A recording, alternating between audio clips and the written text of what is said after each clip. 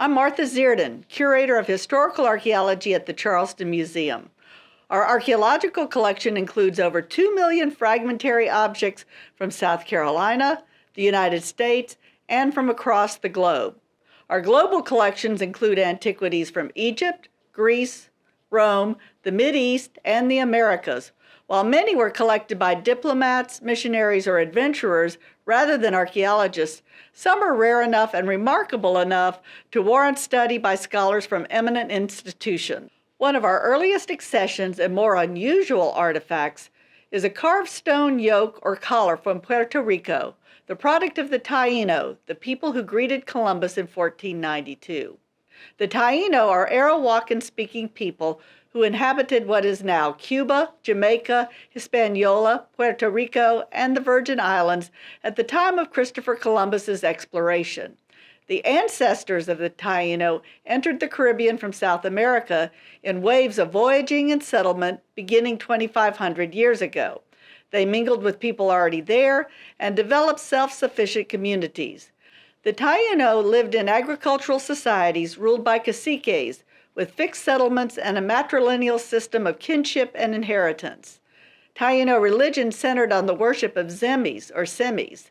The Taino produced ornate sculptures and portable sacred objects from stone, wood, and clay that were regarded as numinous beings with supernatural magical powers. Collars such as the one in our collection are extremely rare and are directly associated with chieftains or caciques. Archaeologist Ken Wild of the National Park Service notes these large stone collars were worn across one shoulder like a gunman's bandolier. Almost always they are found in association with the ceremonial ball courts of the Taino, though their exact use and cultural significance is unknown. There are a variety of styles classed as slender or massive. They are decorated on one side while the other side is plain. Our stone collar was donated by the Honorable Joel R. Poinsett in 1822. Poinsett was born in Charleston in 1779 and was active in public life. Natural history was one of his many interests.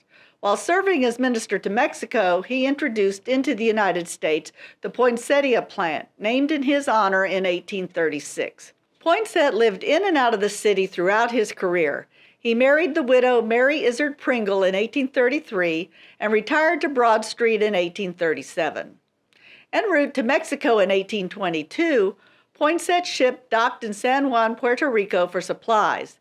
There, at the urging of fellow literary and philosophical society member Stephen Elliott, Poinsett evidently acquired 12 prehistoric artifacts, including polished stone celts and the stone yoke.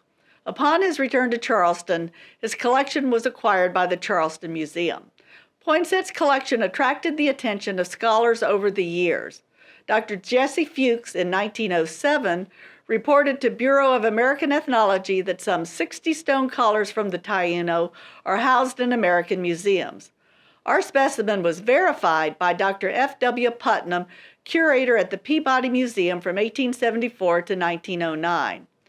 In the early 1990s, Dr. Dave Waters of the Carnegie Museum of Natural History examined our collar. He suggests that Poinsett's donation in the 1820s makes it one of the earliest archaeological collections from Puerto Rico in the United States. The Taino yoke and some of the polished stone celts collected by Joel Poinsett are on permanent display in our early days exhibit. I invite you to enjoy a tour through our earliest collections and all of our archaeological exhibitions here at the Charleston Museum.